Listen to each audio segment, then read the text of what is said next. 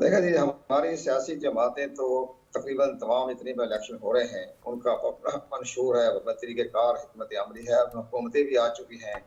کوئی سیاسی پارٹی 3 دفعہ حکومت میں آ چکی ہے، چوتھی دفعہ کوشش کر رہے ہیں، تو باقی جماعتیں بھی جو ہیں وہ بھی حکمران عمل میں ہیں۔ اس وقت سب سے بڑی اپوزیشن پارٹی جو سامنے آ رہی تھی وہ اپنی ظاہر ہے اپنے قانون کی بالادستی نہ کر سکے اور اپنے انٹرا پارٹی الیکشن میں ناکام رہے، جس کی بنا پہ وہ بھی الیکشن کے دھارے سے باہر ہو گئے، اور ان کا جو انتخابی نشان ہوتا ہے وہ الیکشن کمیشن پاکستان کو مجبوراً جب انہوں نے آئے تو قانون کی جو خلاف ورزی کی، دستوری خلاف ورزی کی، تو وہ واپس لینا پڑا، لیکن ان جی کے بھی آزاد امیدوار جو ہے باقاعدہ الیکشن میں حصہ لے رہے ہیں، اور ان آزاد امیدواروں نے جب کامیاب ہو جاتے ہیں تو یہ پارلیمنٹ میں پہنچیں گے تو ان کا اپنا ایک گروپ ہوگا، اس کے مطابق جو حکمت عملی تیار کریں گے وہ آپ کے سامنے ہے۔ لیکن سب سے بڑی اہم بات یہ نازک صورتحال ہے ہمارے دونوں صوبوں کے اندر جو ہے وہ امن و ایمان کا مسئلہ ہے، اس پر الیکشن کمیشن کی پوری توجہ ہے، ہمارے آرمی اداروں کی بھی توجہ ہے، الرٹ ہیں، سب کچھ کھڑے ہیں، لیکن ہمیں نظر آ رہا ہے کہ اکا دکا تو واقعات ہوں گے، لیکن پورے اجتماعی طور پر دونوں صوبوں میں انتخابات جو ہیں وہ پرامن طریقے سے تو نہیں ہو سکیں گے، لیکن کسی نہ کسی حد پہ مکمل ہو جائیں گے، اور کہیں نہ کہیں پولنگ اسٹیشنوں پر ان کے حملے بھی ہوں گے، وارداتیں بھی ہوں گی، لیکن خیر جمہوری ملکوں میں ایسا ہوتا رہتا ہے، اور ہماری حکومت جو ہے خاص طور پر نگران حکومت، وفاقی حکومت، اور اس کے بعد ہمارے آرمی کی جو عسکری ادارے ہیں ان کی پوری نگاہ ہے، اور انہوں نے یقین دہانی کروائی ہے کورٹ ماڈل کانفرنس میں کہ ہم الیکشن کمیشن پاکستان کے ساتھ معاونت کریں گے، اور ہمارے تقریباً 2,80,000 جو اہلکار جو ہیں وہ پولنگ اسٹیشنوں کی حفاظت پر معمور ہوں گے، تو یہ سارا الیکشن تو ہو جائے گا، خدا کرے 8 فروری کو انتخابات ہو جائیں، اور باقی حکومت سازی کیسی ہوتی ہے، کس طرح ہوتی ہے، یہ تو بات کی بات ہے۔ جی اچھا قمر دل شاہ صاحب، الیکشن کمیشن کے ترجمان کی جانب سے گزشتہ دنوں یہ کہا گیا کہ بیلٹ پیپرز کی چھپائی کاغذ کی دستیابی پر منحصر ہے، اور کچھ حلقے ایسے ہیں جہاں پر بیلٹ پیپرز کی چھپائی کی وجہ سے وہاں پر انتخاب ملتوی کروانے کے علاوہ اور کوئی چارہ نہیں ہوگا، بیلٹ پیپر کا سائز بھی چھوٹا کیا گیا ہے، یہ بھی اثرات مرتب ہو سکتے ہیں، اس پر بھی کویسچن کیا جا سکتا ہے الیکشن کے نتائج کے دن؟ نہیں، بات یہ ہے کہ ہمارا چونکہ بہت میڈیا زیادہ ہو چکا ہے، میڈیا نے اپنی خبر، اپنی ریٹنگ، اپنے جو ہے بریکنگ نیوز، اس کے لیے کوئی نہ کوئی وہ راستہ نکال لیتے ہیں۔ میں خود رہا ہوں اس معاملے میں، 10 جی سال تک میں رہا فیڈرل سیکرٹری الیکشن کمیشن کا، تو ہمارے وقت میں بھی میں آپ کو عرض کروں کہ ہمیں بھی 18 فروری کو جو انتخابات ہو رہے تھے 2008 کو، تو لاہور ہائی کورٹ میں ایک جج صاحب نے 16 فروری کو ایک کسی کے کاغذات نامزدگی ایکسیپٹ کر لیے، تو ہم نے راتوں رات جو ہے ہم نے ان کے بیلٹ پیپر بھی چھپوا دیے۔ اس وقت کے منسٹر ڈیفینس تھے سلیم عباس جیلانی، ہمارے وزیر خارجہ کے بڑے بھائی، تو انہوں نے جناب ہم نے ان کو ٹیلی فون کیا، اسی وقت 7:30 ہمیں بھجوا دیا، اور ہم نے دھمیال سے جناب پورے پولنگ اسٹیشن پر پہنچا دیے رات کو 17 فروری کو رات کو 11 بجے۔ تو یہ تو کوئی بات نہیں ہے کہ کہیں کوئی معاملہ ہو گیا تو یہ پیپر کی کوئی کمی نہیں ہے، ہم ہر طرح ایکسٹرا تو جو ہے کاغذات رکھے جاتے ہیں، لیکن بہرحال الیکشن کمیشن پاکستان کے جو ترجمان وہ صحیح صورتحال تو بتانے کے لیے جو پوزیشن میں نہیں ہوتے، تو ہماری پوزیشن کچھ اور طرح کی تھی، تو اب یہ معاملہ یہ ہے کہ کوئی کاغذ کی کمی نہیں ہے، کسی بارے میں بات نہیں ہے، یہ سارے معاملات ٹھیک ہو جائیں گے، اب عدالتیں فیصلہ کرتے جائیں گی، یہ بیلٹ پیپر شائع کرتے جائیں گے، یہ الیکشن کمیشن پاکستان کی ذمہ داری ہے۔ الیکشن کے پاکستان یہ تو نہیں کہہ سکتا کہ عدالتوں نے فیصلے کر دیے ہیں اب ہم بیلٹ پیپر نہیں چھپا سکتے کہ ہمارے پاس کاغذ نہیں، یہ تو الیکشن کمیشن نہیں کہہ سکتا، الیکشن کمیشن پاکستان کو اس کہنے کا رواداری نہیں ہے، اس لحاظ سے 50 ارب روپیہ دیا ہوا ہے تو کیا کاغذ بھی آ سکتے تھے، کیا ایکسٹرا کاغذ نہیں ہوتا؟ ایکسٹرا کاغذ ہمیشہ آتا ہے، ایکسٹرا پیپر ہمیشہ باہر سے آپ منگوایا جاتا ہے، یہ کوئی کمی نہیں پیش ہے، اس طرح میڈیا کے اپنے معاملہ ہوتے ہیں اپنی بریکنگ نیوز کے لیے، الیکشن کمیشن پاکستان کی مشینری مکمل تیار ہے، وہ کرا دیں گے، کوئی پیپر کی کمی نہیں ہے۔ صحیح ہوگا قمر دل شاد صاحب، جہاں پہ الیکشن کمشنر کی جانب سے یہ کہا جا رہا ہے کہ دہشت گردی سب سے بڑا چیلنج ہے، وہاں پہ ہم دیکھ رہے ہیں کہ قانون نافذ کرنے والے ادارے بھی بہت ایکٹیو ہو گئے ہیں عوام کو سہولیات فراہم کرنے کے لیے، سیکیورٹی فراہم کرنے کے لیے۔ اب ایسے میں صرف دہشت گردی نہیں، سم ٹائمز ایسے بھی ہوتا ہے کہ سیاسی جماعتیں بھی آپس میں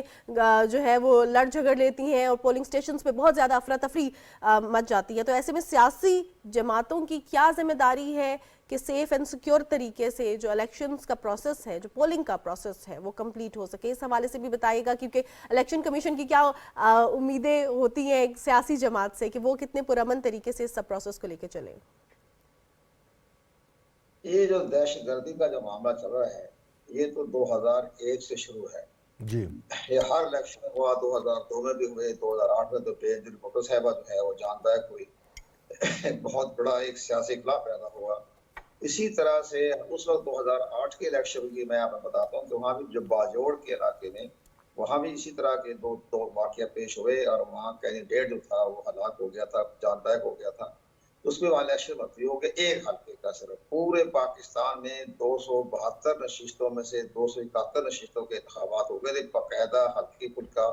معاملے چل رہے تھے، پولنگ اسٹیشن پر بھی حملے ہو رہے تھے، لیکن تمام معاملات کو کنٹرول کیا ہوا تھا مکمل طور پر۔ اب بھی یہ سارے معاملات کنٹرول کر لیں گے، چند حلقوں میں خدا نہ خواستہ کوئی واقعہ پیش آیا تو ممکن ہے اس کانسٹیٹوئنسی میں دوبارہ انتخابات ہو جائیں، لیکن ادروائز ہمارے 266 قومی اسمبلی کے نشستیں ہیں، اس میں سے تقریباً جو ہے مجھے نظر آ رہا ہے کہ 266 حلقوں میں انتخابات ہو جائیں گے۔ کہیں نہ کہیں کسی پولنگ اسٹیشن پر ہنگامہ آرائی ہو گئی، اس پولنگ اسٹیشن پر دوبارہ انتخاب ہو جائیں گے، لیکن بہرحال پورے پاکستان میں انتخابات 8 فروری کو پرامن طریقے سے میں نہیں کہہ سکتا، لیکن بہرحال اس کی جو ہے آئینی اور قانونی ذمہ داری پوری ہو جائے گی۔ جی انشاءاللہ، اور 8 فروری کے اب جو ابہام تھے وہ بھی کل کے اجلاس کی وجہ سے دور ہو گئے، اور انتخابات کے انعقاد کے حوالے سے الیکشن کمیشن نے جس عزم کا اظہار کیا تھا، نظر آ رہا ہے ایکشنز کے ذریعے کہ اب باقاعدہ ترسیل شروع ہو گئی ہے انتخابی مواد کی۔ تو جب ہم دیکھتے ہیں انتخابی مواد کی ترسیل کا آغاز ہوتا ہے قمر صاحب، تو اس وقت الیکشن کمیشن کے عملے کی، پریزائڈنگ افسران کی، آرઓز کی ذمہ داری میں اضافہ ہو جاتا ہے، پھر پولنگ ایجنٹس بھی شامل ہوتے ہیں۔ کتنا یہ پروسیس ہوتا ہے، کتنے گھنٹے پر محیط ہوتا ہے، کتنے دنوں کا یہ پروسیس ہوتا ہے، پھر عملے کی کیا ذمہ داری بنتی ہے اس کو محفوظ ترسیل کو یقینی بنانے کے لیے اور پولنگ کے دن پر بروقت پولنگ کے آغاز کے لیے؟ نہیں، اس میں سب سے بڑی قانونی ذمہ داری، آئینی ذمہ داری جہاں وفاقی حکومت کی ہے، تو وہاں صوبائی حکومت کے لیے آئینی اور قانونی ذمہ داری ہے کہ وہ آپ اپنے صوبوں میں انتخابات کو جو ہے مرحلے کو مکمل کروائیں۔ وہ بھی جواب دہ ہوں گے اگر آئندہ ایسا کہ معاملہ پیش آ گیا تو صوبائی حکومتیں بھی جواب دہ ہوں گی، جب ان کے کنٹرول میں پوری ہے، پولیس ہے، رینجر ہے، سارے معاملات ہیں، ایڈمنسٹریشن ہے، بیوروکریسی ہے، تو ہمارا کنٹرول پورے پاکستان کی گرفت جو ہے ہماری کوئی بیوروکریسی کے ہاتھ میں ہوتی ہے، جس کے سربراہ ہوتے ہیں صوبائی وزیر اعلیٰ ہوتے ہیں، لیکن سارے معاملات جو ہیں ٹھیک طریقے سے ان کی ذمہ داری بھی ہوگی، وہ بھی الرٹ ہے۔ لیکن میں اپنے پنجاب کے حوالے سے کہہ دیتا ہوں بڑے پرامن طریقے سے الیکشن ہو جائیں گے پنجاب میں، یہاں کوئی کسی قسم کا بھی مسئلہ پیدا نہیں ہوگا، کیونکہ یہاں کی پوری ایڈمنسٹریشن اور چیف منسٹر اور پوری کابینہ جو ہے وہ الرٹ ہے۔ باقی صوبوں میں حالات اچھے نہیں جا رہے، خاص طور پر بلوچستان میں اور کے پی میں، تو یہاں کے وزیر داخلہ کو جب کل میں نے بات کی تھی ان سے، تو میں نے اسے کہا تھا کہ آپ اپنے معاملے میں، وفاقی وزیر داخلہ ہمارے دوست ہیں، تو میں نے کہا کہ آپ بڑے الرٹ رہیں، اور اگر آپ کو کوئی تحفظات ہیں تو وہ چیف الیکشن کمیشن کے نوٹس پہ لائیں۔ تو یہ سارے معاملات جو ہیں وہ سب طریقے سے جا رہے ہیں، انہوں نے بھی چیف الیکشن کمیشن کو بڑا بریف کر دیا ہے، اور اسی طرح سے چیف الیکشن کمیشن نے بڑے پرعزم طریقے سے کہا ہے کہ 8 فروری کو انتخابات ہو جائیں گے۔ صحیح ہو گیا، بالکل بہت صحیح۔ شکریہ کنور دلشاد صاحب آپ کے قیمتی وقت کا، پاکستان کی جو سیاسی صورتحال ہے انتخابی مہم کے حوالے سے، اور پاکستان کی جو تیاریاں ہیں پورے پاکستان کی، خاص طور پر الیکشن کمیشن بہت کے سارے حوالے لوگوں سے کو بات کی۔ انتظار ہے 8 فروری کا انتخابات ہو جائیں، ہم سیاسی طور پر آگے بڑھیں، ہم استحکام کی جانب بڑھیں، اور بہت سارے ایسے فیصلے ہیں ہماری معیشت سے جڑے ہوئے، ہمارے